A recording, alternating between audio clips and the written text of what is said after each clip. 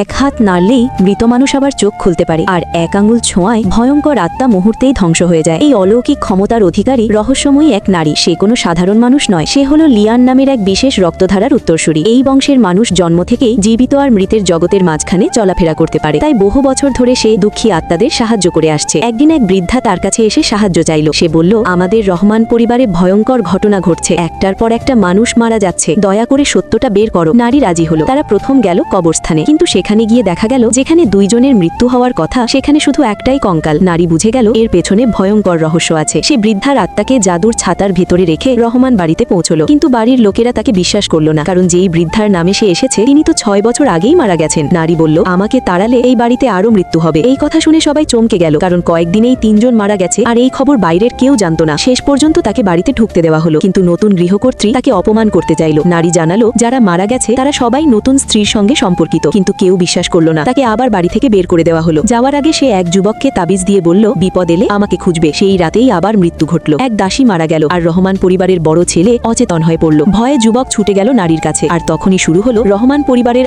আসল ভয়ঙ্কর রহস্য।